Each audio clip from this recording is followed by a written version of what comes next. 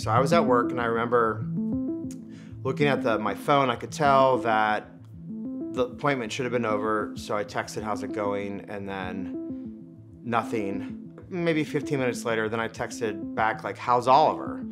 And she called, and the only words I could really understand were, "Come home now."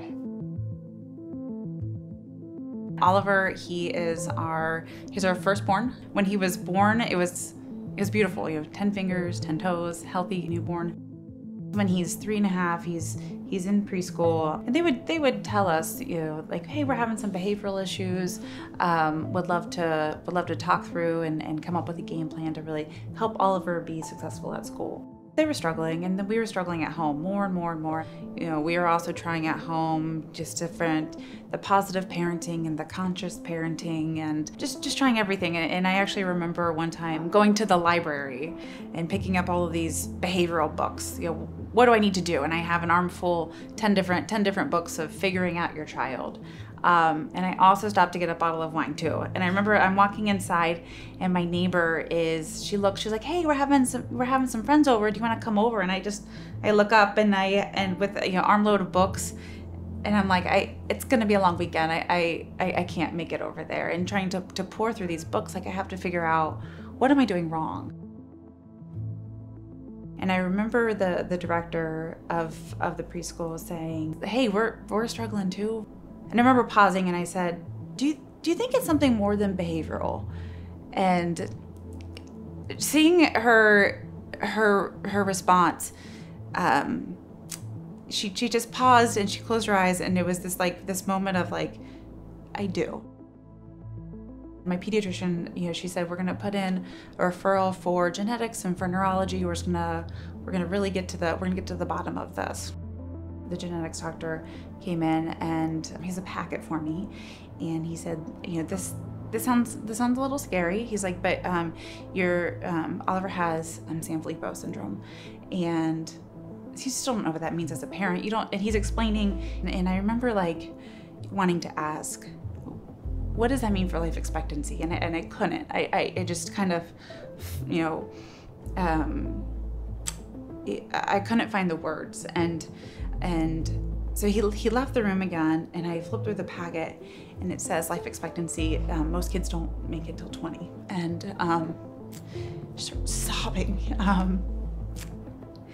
And he comes back into the room, and I'm crying and crying, and it's just Oliver and I.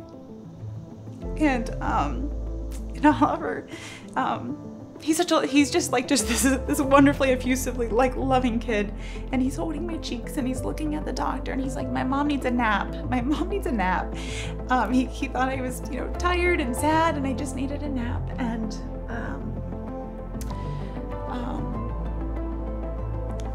that was the beginning. In our lifetime, there will be a treatment. There will be something that will save these children, and I'm so confident of that. But I don't know, like, where Oliver is going to be on that time frame.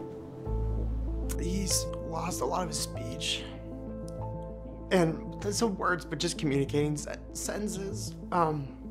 Doesn't do those as much anymore, but he still goes, "This is my dad." And he does it around anybody. Friends, strangers. He always goes, "This is my dad." He always wants everybody to know that I'm his dad. That's so sweet. Oliver doesn't sleep very well, and so you are pretty exhausted. The healthcare system's hard to navigate, and so you have to advocate, and the disease is not well known, it's rare, and so you're raising awareness on top of working, on top of wanting to create those special moments.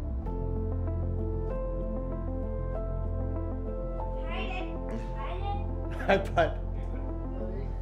Hi. Look at all the lights. You get the diagnosis, you grieve. You have two options. You can go hide in the dark, or you can do something about it. The rare disease is the war. You didn't know you were gonna fight this war. All of a sudden, you're like, "Oh my gosh, we gotta fight this war. This is how are we gonna do this? And then you realize there's already an army. I found out that Forge was here in Columbus, running at the speed of light to help progress in gene therapy. I'm a numbers person. I'm accounting and finance. I was never going to be a doctor. I was never going to be a scientist. I was never going to be, a quality technician or any of those things. But to get to work amongst people who are moving the needle forward and knowing what moving the needle forward feels like as a parent in this space, it was absolutely everything I wanted.